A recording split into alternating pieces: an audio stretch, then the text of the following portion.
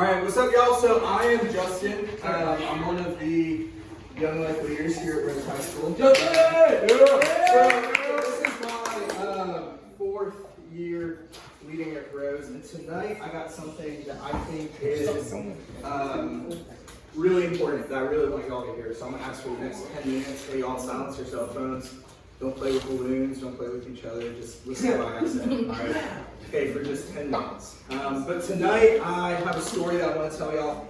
It's about a really good friend of mine. And so his name is Josh, and Josh was my young life leader. And if you hit the next slide, so this is a picture of Josh and I. This was the summer after our sophomore year, or summer after my sophomore year. We went to Frontier Ranch. This is in Colorado for summer camp. This is at the top of the mountain that we hiked. If you hit the next slide. So this is Josh and I at summer camp, same trip. This was during the one of the events. The next slide. So that is Josh and I this past summer. I'm on the far right. That's Josh right next to me, and this is at his wedding over the summer. And so you can hit the next slide. But so Josh was my young life leader, and Josh and I, we were super tight. Josh was probably one of my best friends, and even though Josh and I were really close, I thought it was really funny if I was mean to him. And so we used to do all kinds of things to him. And literally the list never ends. And even though we were mean to him, like, I had this mentality of, even if none of my friends show up to campaigners, even if none of my friends show up to club, even if none of my friends show up to camp, it's okay because I still love Josh. But like I said, we were really mean to him, and one time we went to this thing at the fairgrounds that he took us to, and we found this sticker that in big letters said "Redneck Girl," and we stuck it on the back of his truck. One time we showed up to his house, and there was a couch across the street, and so we picked up the couch, put it on top of his car, and left it there. One time I pranked him into thinking that I got a girl pregnant for a week. Another time we would always randomly slap him. So we would just walk up to him and slap the crap out of him. We used to put fake Craigslist ads and put his phone number on there so people were blowing up his phone. Right. One time we cracked his windshield because we had a rock on the dash and it slid, and this rock cracked his windshield, and the crowd just kept spreading. And like, that's literally not even half of the stuff that we did to him, and that's not even the worst of it. Have you ever poured juice in his shoes? That's not even the worst of it. And the reason I'm not telling you all the worst of it is because I don't think y'all would do it to me. And so, even though we were super mean to Josh, he kept showing up, right? He kept showing up to our football games. He kept showing up in our lives. He kept coming to the young life. He kept being a leader when any normal person would have turned away and ran. And so tonight I want to tell y'all a story about another group of friends. And so these were two dudes that were super tight, just like Josh and I. They were best friends. And one of them, his name is Jesus, and the other guy, his name was Peter. And so Peter, before his name was Peter, his name was Simon. So if I say Simon, I really mean Peter. Okay? Everyone tracking? Simon and Peter are the same person. And so they first meet when Jesus is walking on a beach, and he sees two dudes fishing. And it's Simon and his brother Andrew. And so it says, as Jesus was walking beside the Sea of Galilee, he saw two brothers, Simon called Peter, and his brother Andrew. They were casting a net into the lake, for they were fishermen. "Come follow me," Jesus said, "and I will send you out to fish for people." At once they left their nets and followed him. So I don't know what it was about Jesus that made them drop everything they were doing and just start following him, but they did. They left this previous life that they had, and they set off on a life of adventure. And so over the next 3 years, Simon, who was later called Peter, and this guy and his brother Andrew, and then 10 other guys followed Jesus around. And the 12 of them plus Jesus, so 13 total, they became super tight, right? They became known as his disciples, which is really just a fancy word of saying Jesus' best friends.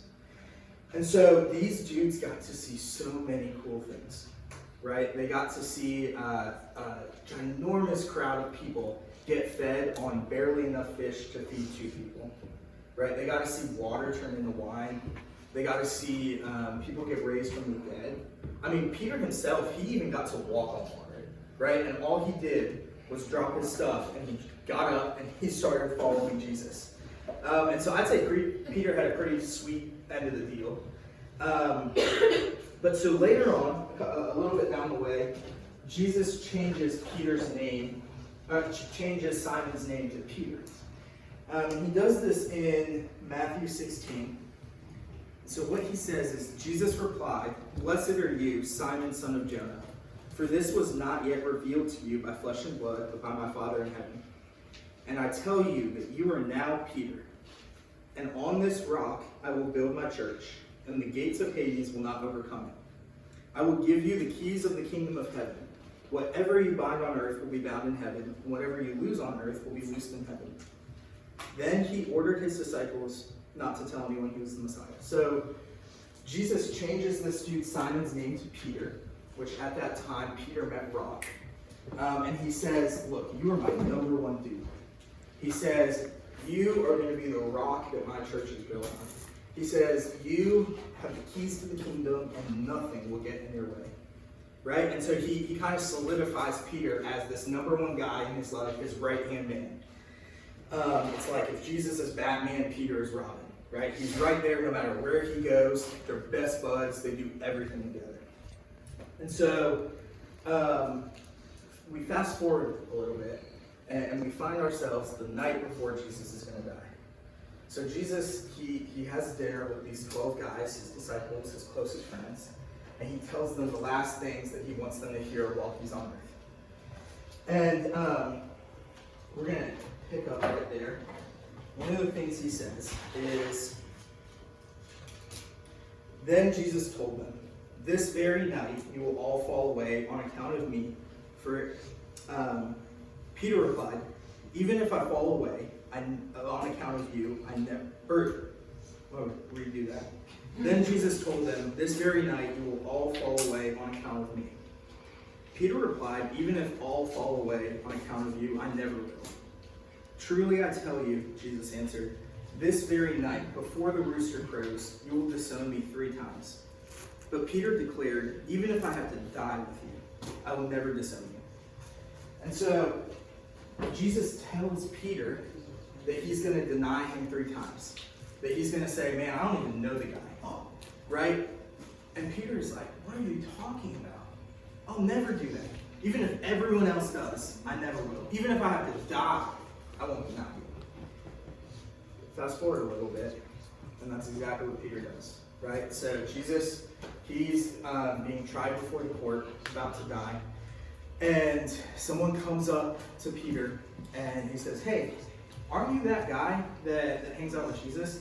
And Peter's like, "What are you talking about? I don't even know the guy," right? And then a little bit later into the night, someone comes up, and he's like, "Hey, wait, I know you. You were with Jesus earlier, weren't you?"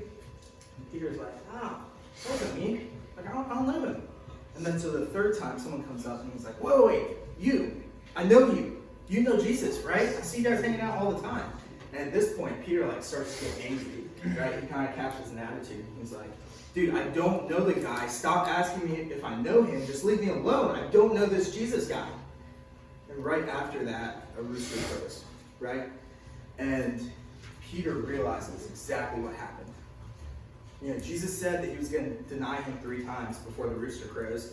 And Peter's like, "Dude, I would never do that." And then he does it, and the rooster crows, right? And he realizes this. It's kind of like when your parents tell you, "Hey, you shouldn't do this because this will happen." And you're like, no, what are you talking about, Mom? I'm smarter than you. I know what I'm talking about. That's not going to happen. You might get a little mad at her. You go and do the thing that she says not to do. Exactly what she said was going to happen happens, right? Y'all ever felt that? It's kind of like that feeling of, "You're right," But Peter is just heartbroken. He just denied his best friend, right? He said, "I don't even know him." While he's up on the cross dying for him, he's like, "I don't know the guy, right? These last 3 years meant nothing. You're not my friend." He just gives a big ol' "forget you" to Jesus. And he's like, I don't want anything to do with you. Right? Peter has to feel heartbroken. You see, Peter probably thought that Jesus was going to hate him. He probably thought that Jesus was going to shame him. He probably thought that Jesus wanted nothing to do with him. You see, you guys might have felt that before. You guys might have done something and thought, man, Jesus must hate me. He must want to shame me. Or he might want nothing to do with me. I don't know if you guys have ever thought that, but I have. See, guys, you might think that you've done something so bad or so horrible that Jesus wanted nothing to do with you anymore. You guys might think that you're too far gone or too messed up for Jesus. Guys, I'm here to tell you that is the most untrue thing that you could ever think. Right? Jesus is there no matter what. No matter what you do, no matter what you say, he wants to know you. And he's never going to turn his back. You see, right after Jesus is raised from the dead, after 3 days, one of the first things he does is he goes and he finds his best friend, Peter. And, I wonder what Peter was thinking when he saw Jesus. The Bible says that Peter was on a boat and he sees this dude on the beach, and after the guy talks to him, he realizes that it's Jesus, right? And Peter, he jumps into the water and he swims so fast at him. And then he gets there, and I wonder what he's thinking. Now, I bet you he remembered what he did right before Jesus died. Now, I bet you he's sitting here thinking that Jesus hated him. I bet you he's sitting here thinking that Jesus was about to shame him or that he wanted nothing to do with him. You see, Peter could have done a couple things at that point.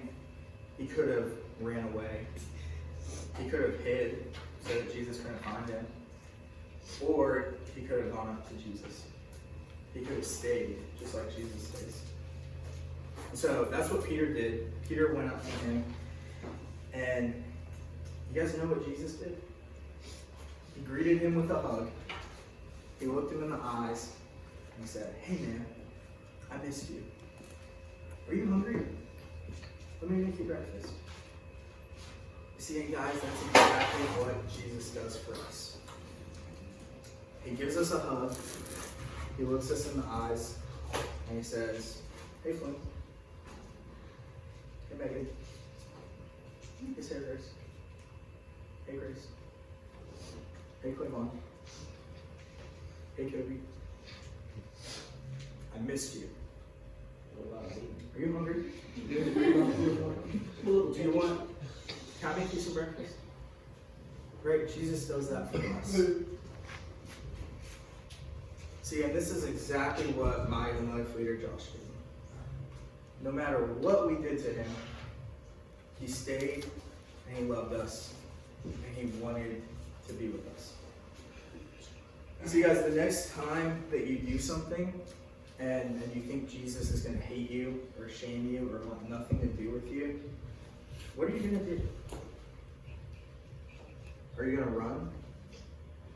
Are you going to hide? Or are you going to let him make you breakfast? I want to ask y'all to let him make you breakfast. I promise that if you stick around with him, just like Jesus sticks around with us, that will change your life. See, guys, not only does Jesus want this for you, but your young life leaders want this for you. Right? Your young life leader wants you to make breakfast. We want y'all to keep showing up. I promise y'all that if you keep showing up and keep leaning in, that something's going to happen. Right? Your young life leaders want nothing more than to help you guys get it. Right? We will do everything that we can for y'all to have a relationship with Jesus, right? Just ask us. We want nothing more than to talk about this with you. And so I want to leave y'all with that question. Will you let Jesus make you breakfast? Hey y'all, I'm going to pray. Thanks for listening. We're going to have Chick-fil-A after. Hey God, Lord, thank you for who you are. God, thank you that you sent your son, Lord, and no matter what we do, that you stick around. God, thank you that when we turn our backs on you, you don't hate us. Lord, that you don't shame us, that you don't want nothing to do with us. But God, you want everything to do with us. God, thank you that you greet us with a hug, look us in the eyes, and say, hey man, I missed you. Are you hungry? Let me make you breakfast. God, I pray that we let you make us breakfast. I pray all this in your son's name. Amen.